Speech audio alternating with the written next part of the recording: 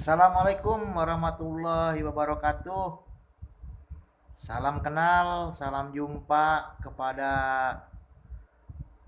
teman-teman sekalian penonton channel YouTube ini. Saya Ahmad Sarip, pendiri dari Top Media Group.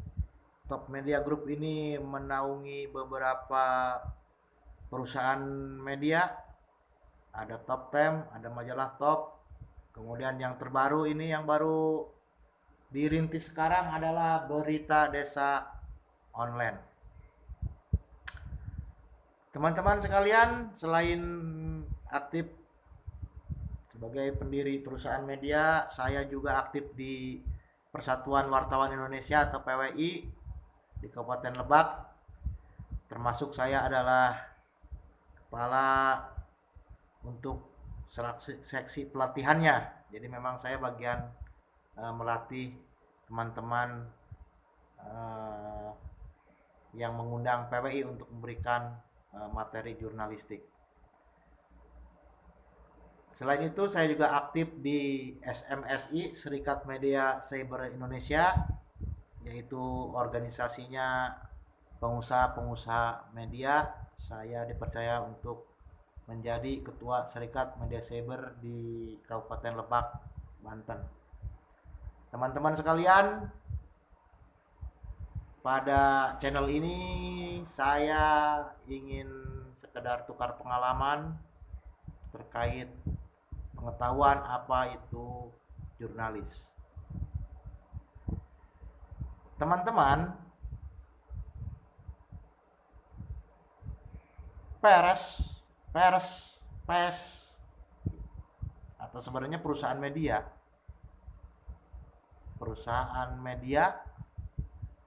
ada juga yang menyebut sebagai perusahaan koran mungkin, atau perusahaan penyiaran televisi mungkin, atau perusahaan penyiaran radio mungkin. Ada berbagai istilah, tapi secara umum orang menyebutnya adalah pers.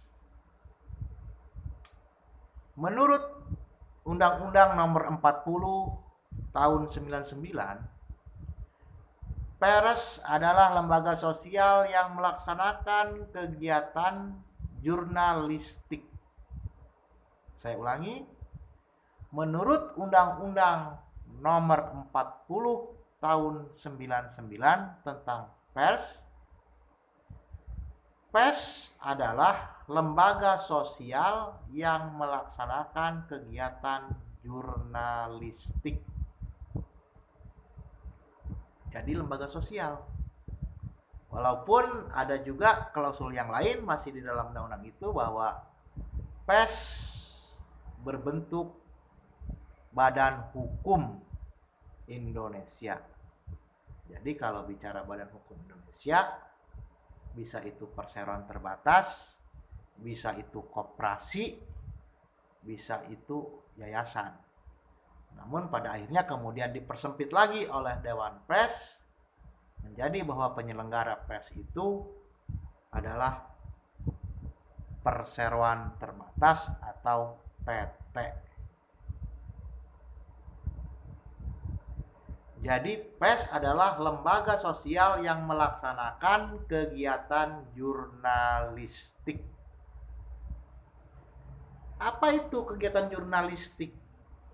Kegiatan jurnalistik itu meliputi kegiatan mencari informasi, memiliki informasi, menyimpan informasi, mengolah informasi, dan kemudian menyampaikan informasi kepada publik melalui medianya.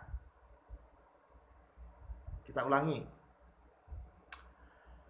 Kegiatan jurnalistik itu adalah kegiatan mencari informasi, memiliki informasi, menyimpan informasi, mengolah informasi, dan menyampaikan informasi melalui media massa. Bisa dipahami sampai di sini ya. Artinya, kalau bicara jurnalistik, maka orangnya adalah jurnalis. Berarti tugas jurnalis itu atau wartawan, jadi jurnalis itu wartawan. Jurnalis atau wartawan tugasnya mencari informasi, memiliki informasi, menyimpan informasi, mengolah informasi, dan menyampaikan informasi tersebut melalui media massa tempatnya bekerja. Sekarang kita uraikan. Tugas wartawan adalah mencari informasi. Jadi ketika mendengar ada hal-hal atau informasi awal, atau memang wartawannya memiliki sebuah ide bahwa sesuatu hal menarik menjadi berita, maka dia mencari informasinya. Siapa yang bisa ditanyai? Siapa yang bisa dijadikan narasumber? Dia akan cari ke situ. Dia akan kejar itu narasumbernya. Setelah ketemu dengan orangnya atau dengan narasumbernya, maka dilakukan penggalian informasi melalui wawancara mungkin, atau melalui meminta data mungkin.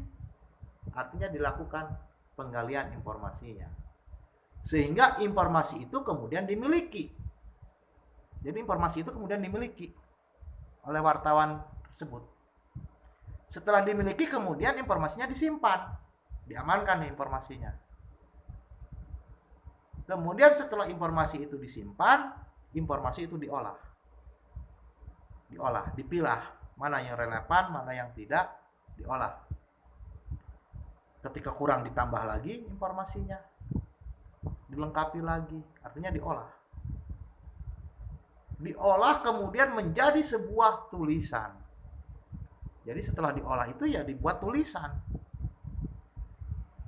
Setelah menjadi sebuah tulisan, maka kemudian disampaikan kepada publik melalui medianya tempat dia bekerja dalam sebuah media. Itu artinya pekerjaan jurnalis. Maka tidak heran kalau yang namanya wartawan, dia datang ke suatu tempat, dia kemudian menanyai orang-orang yang ada di sana, yang dianggap tahu dengan sebuah peristiwa misalkan. Kemudian dia mengambil dokumentasi, memoto, memvideo, artinya dia mencoba mencari informasi tersebut. Itu adalah kegiatan jurnalistik atau kegiatan jurnalisnya, kegiatan wartawannya. Tugasnya mencari informasi, memiliki informasi, menyimpan informasi, mengolah informasi, kemudian menyampaikannya kepada publik melalui medianya. Kembali kepada pers tadi, kalau secara luas, pers itu adalah penyiaran pikiran, gagasan, atau berita yang tidak terbatas pada media cetak saja. Saya ulangi, kalau secara luas, pers itu adalah penyiaran pikiran, gagasan, atau berita yang tidak terbatas pada media cetak saja. Karena saat ini, selain media cetak, ada berbagai media lainnya yang juga bisa untuk sarana untuk mempublis atau menyiarkan sebuah berita. Bisa dengan radio, bisa dengan televisi, bisa juga film-film dokumenter misalnya. Itu bisa disebut sebagai pers juga, karena dia juga menyebarkan informasi.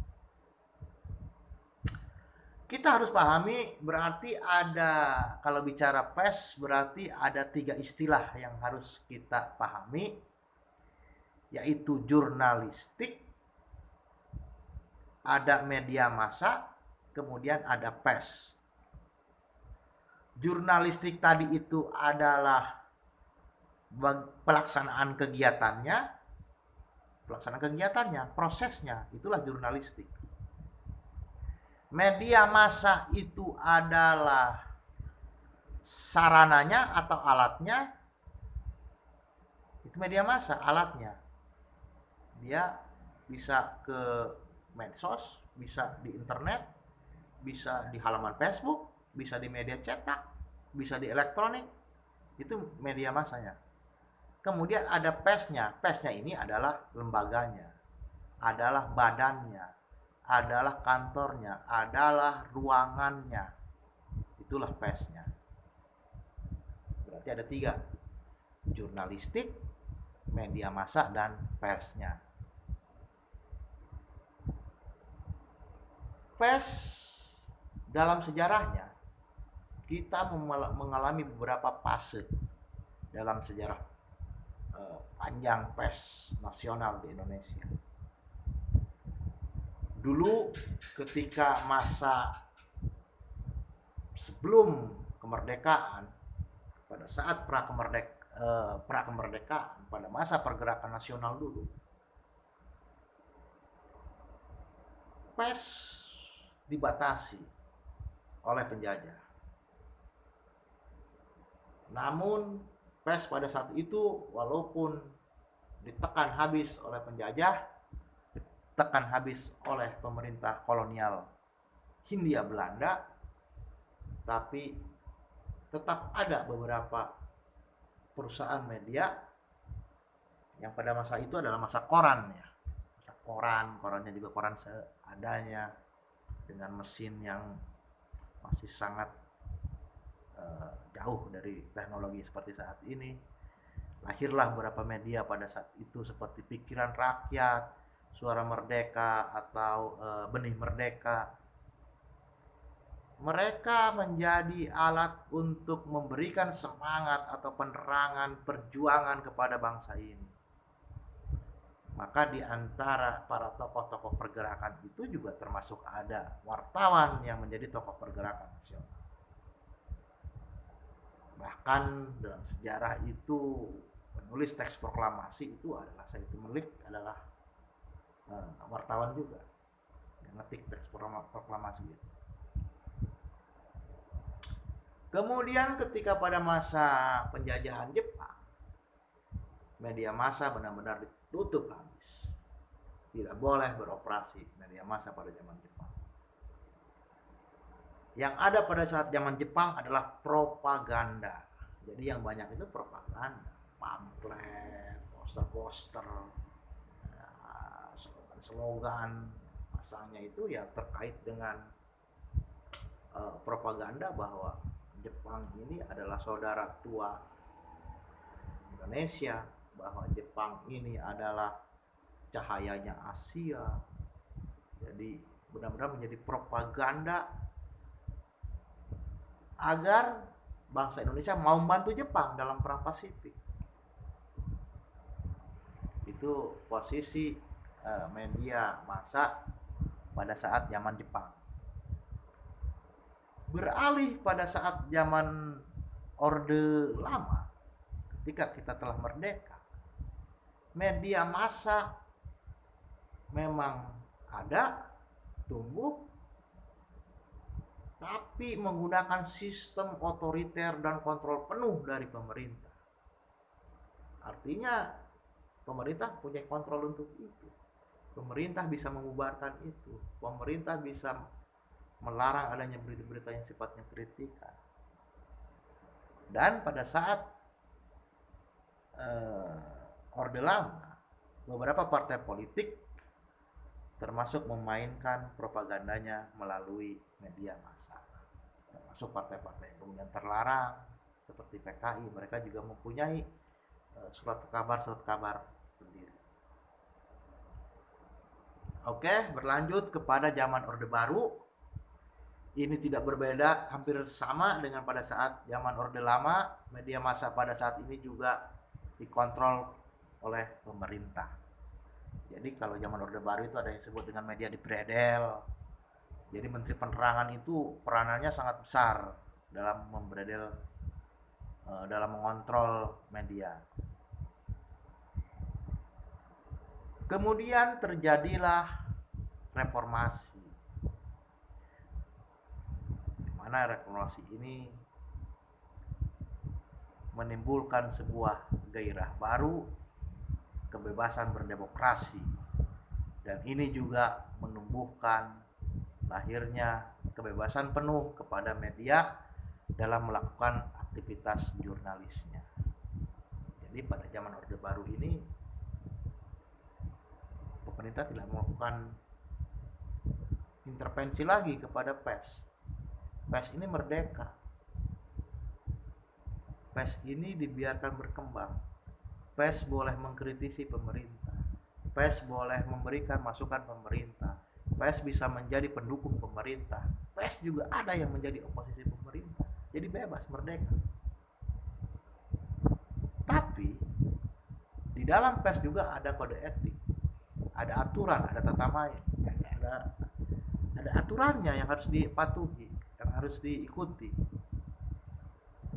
Dalam penerapannya, aturan ini, kode etik ini, yang bertanggung jawab untuk menegakkan aturan itu adalah Dewan Pers. Jadi semua perusahaan pers, semua wartawannya, termasuk siapa yang melakukan ujiannya, siapa yang menentukan tingkat kewartawannya, itu menjadi otonomnya Dewan Pers. Dewan Pers saat ini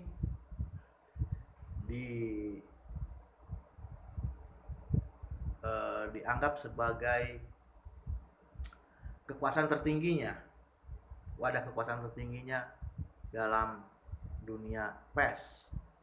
Artinya ketika ada sengketa pers, nanti yang menyelesaikannya itu Dewan Pers. Ketika ada narasumber yang merasa dirugikan dalam pemberitaan, mereka bisa mengadu ke Dewan Pers.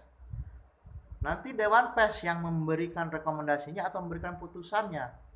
Apakah harus diberikan hak jawab? Apakah harus dibuat permintaan maaf kepada publik? Ini nanti Dewan Pers yang menentukan. Bahkan bisa jadi pers itu nanti akan mencabut status kewartawanan penulisnya, bisa itu Dewan Pers. Termasuk pers juga bisa dia memberikan rekomendasi kepada penegak hukum, apakah sebuah kasus itu masuk ke dalam kasus pidana atau itu adalah masuk dalam ranahnya sengketa pers. Dewan Pers bisa melakukan itu. Maka peran atau pengaruh Dewan Pers ini bagi kita pelaku pers ini sangat besar. Kebetulan mungkin ini untuk media-media yang kita bangun di top grup media, ada Top 10, ada majalah Top, kemudian yang terkini adalah berita desa online. Semuanya bergabung di Serikat Media Cyber Indonesia atau SMSI, WA atau SMSI, yang dimana di situ SMSI ini menjadi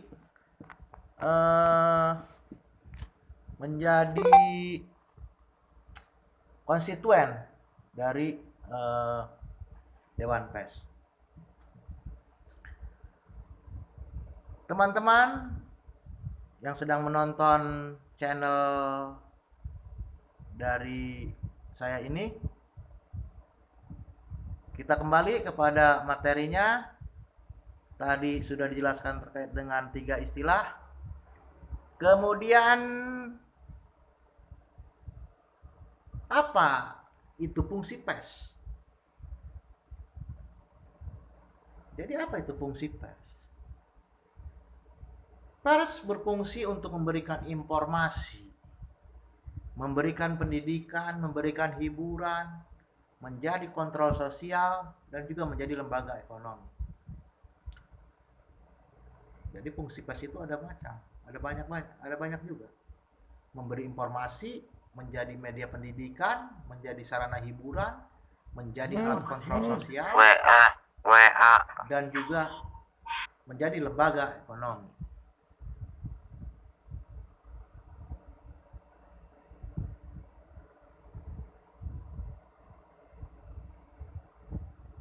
Oke, kita lanjut karena tadi ada WA masuk ya. Lupa saya nggak dimatikan. Selanjutnya kita breakdown, kita bedah terkait dengan fungsi PES tadi. PES berfungsi untuk memberikan informasi, sudah jelas, karena perusahaan media itu ya kerjanya memproduksi informasi, jadi pasti memberikan informasi kepada publik. PES menjadi media pendidikan. Kenapa disebut menjadi media pendidikan? Kenapa berfungsi menjadi media pendidikan? Karena melalui tulisannya yang dibuat dan dimuat juga mengandung unsur pendidikannya. Pendidikan itu adalah bagaimana orang yang tidak tahu menjadi tahu, orang yang tidak bisa menjadi bisa. Itu kan fungsi pendidikannya di situ. Di penulisan juga itu ada yang namanya gaya penulisan picture how to do it. Bagaimana menjadikan sesuatu, bagaimana untuk sesuatu, melakukan sesuatu, how to do it. Bagaimana cara mengurus ayam, bagaimana cara mengurus kambing, bagaimana cara mengurus tanaman, bagaimana cara merawat kendaraan. Itu kan bisa menjadi sebuah tulisan yang menjadi sarana pendidikan, mendidik. Kemudian selain memberi informasi dan pendidikan, fungsi PES juga memberikan hiburan. Maka dalam media itu kan ada selebritisnya, ada passionnya, itu adalah sisi hiburannya. Artinya orang membaca itu dibuat enak, dibuat senang. Itu hiburannya di situ. Kemudian ada fungsi kontrol sosialnya, yaitu menjadi penyeimbang pemerintah, menjadi pengkritis pemerintah. Namun menurut saya lebih kepada bagaimana kita memberikan koreksi kepada pemerintah, tapi juga memberikan apresiasi kepada pemerintah ketika pemerintah dianggap baik. Jadi jangan yang hanya jeleknya saja, tapi bagaimana kita mengkritisi, kita juga bisa memberikan apresiasi. Artinya kita berada di tengah posisinya. Nah, sebenarnya siapa yang mengkritisi? Sebenarnya yang mengkritisi itu bukan medianya. Yang memberikan kritik itu bukan medianya. Media itu tidak bisa berkritik. Yang memberikan kritik itu, misalkan kita sebagai tadi fungsi kontrol sosial, mengkritik pemerintah itu yang mengkritik bukan medianya. Karena yang mengkritiknya adalah narasumber. Jadi kita harus orang lain yang ngomong, narasumber. Narasumber yang ngomong bahwa pemerintah ini kurang begini, kurang begini, kurang begini. Atau pemerintah seharusnya begini, begini, begini, begini. Atau langkah yang diambil oleh pemerintah ini masih tidak pro rakyat karena begini, begini, begini. Itu versi si pengkritik, dan pengkritiknya itu adalah narasumber. Jadi bukan medianya yang ngomong, narasumbernya. Kita hanya menyampaikan apa yang dikatakan oleh pengkritik tadi, narasumber tadi. Namun ketika kita membuat sebuah tulisan kritikan tentang pemerintah dari narasumber tadi, kita juga harus memberikan ruang kepada pemerintah yang dikritik untuk memberikan bantahan atau argumen terkait apa yang disampaikan oleh pengkritik tadi. Itu harus dilakukan. Karena dalam membuat tulisan, PES harus berimbang. Oke? Selanjutnya terkait dengan lembaga ekonomi. Fungsi PES terkait sebagai lembaga ekonomi. PES bisa menjadi lembaga ekonomi karena PES ini memang lembaga untuk menumbuhkan ekonomi, mencari penghasilan, mencari pendapatan, itu adalah pers. Karena dia perusahaan. Jelas namanya perusahaan, dia adalah lembaga ekonomi yang menjalankan kegiatan usaha. Itu adalah fungsi pers. Kemudian sekarang kita akan sampaikan terkait dengan landasan. Landasan ideologi atau landasan ideal pers itu adalah Pancasila. Ya karena landasan negara ini adalah Pancasila. Maka landasan perusahaan pers adalah Pancasila. Landasan idealnya. Maka tidak boleh tumbuh ada perusahaan pers yang menentang Pancasila. Tidak bisa itu. Karena menentang dasar negara.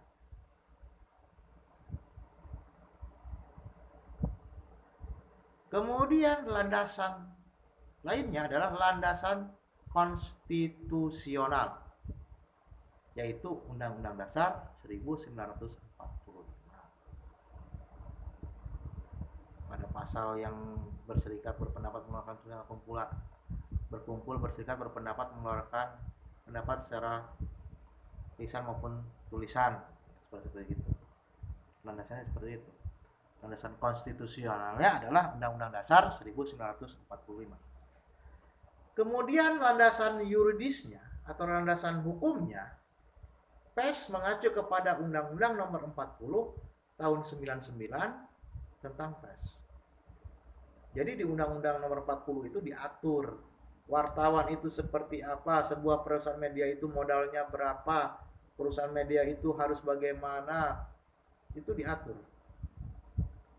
Kemudian terkait bagaimana itu tata cara yang boleh, yang tidak, yang melanggar seperti apa, itu ada di Undang-Undang Nomor 40 tahun 99. Kemudian ada landasan etis.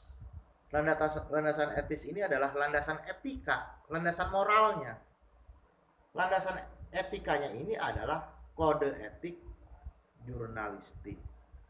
Kode etik. Jadi wartawan itu ketika membuat berita, dia punya kode kesopanan, kode etika. Wah, ini berita ini kok nggak pantas ya, kalau ini akan menjadi pemicu perkelahian nantinya, bisa mengadu domba orang.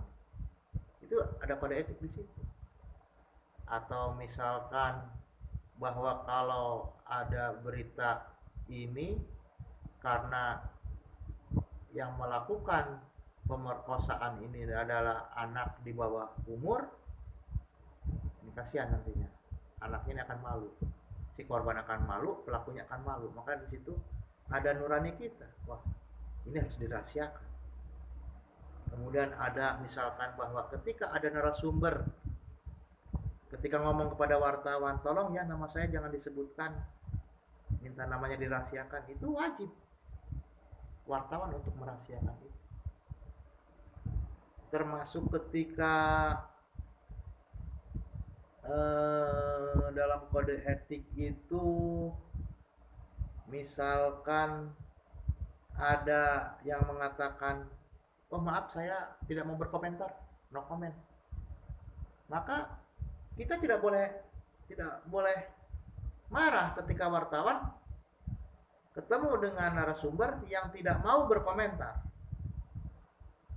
Kita nggak boleh marah, karena memang ya seperti itu haknya mereka.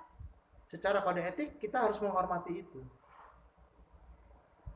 Hak, ada beberapa macam hal itu. Ada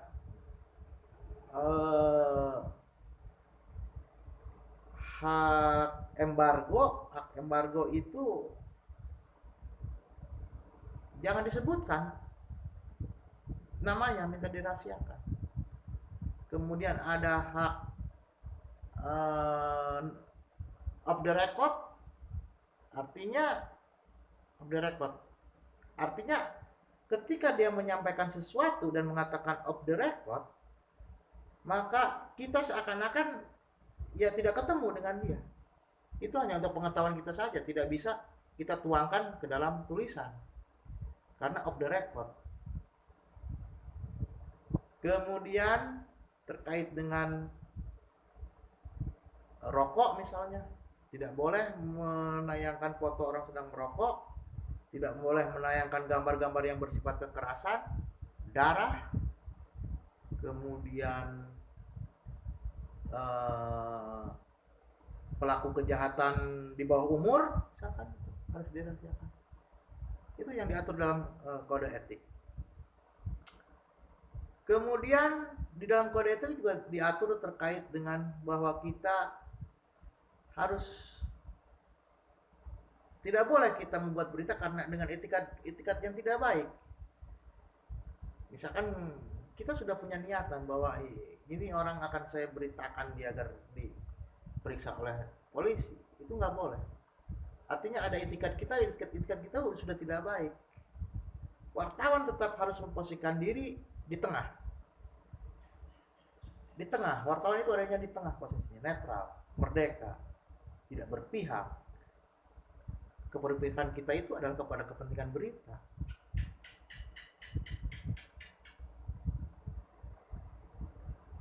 Wartawan itu juga harus berimbang di dalam membuat pemberitaan. Artinya ketika ada narasumber, salah satu narasumber yang mengatakan tentang hal-hal miring atau negatif terkait dengan seseorang,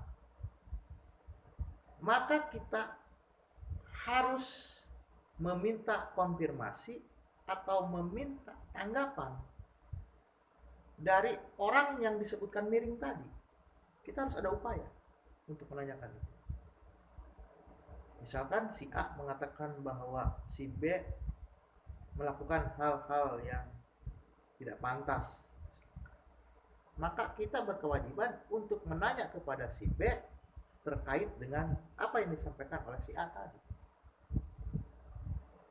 Tapi ketika si A mengatakan bahwa dia minta namanya dirahasiakan terkait apa yang dia sampaikan tentang si B, maka ketika si B meminta siapa yang menyebutkan hal negatif tentang dia, maka kita wajib untuk merahasiakan nama si A itu. Merahasiakan. Karena si A meminta agar dirahasiakan. Tapi kita tetap berkewajiban untuk meminta konfirmasi kepada si B. Sehingga berimbang. Versi A ada, versi B ada. Berimbang. Di dalam kode etik juga diatur terkait dengan bahwa kita ini sebagai wartawan itu tidak boleh mencipta. Tidak boleh mencipta. Plagiat. Itu hal yang sangat tabu di dalam jurnalis. Maka ketika kita terinspirasi oleh berita di media lain, maka itu bisa kita ambil tulisan, sebagian tulisannya, tapi dengan memberikan keterangan bahwa itu kita kutip dari media A.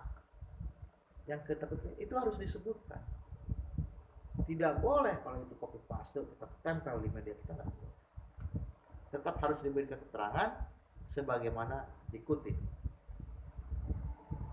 Karena wartawan nggak boleh bohong.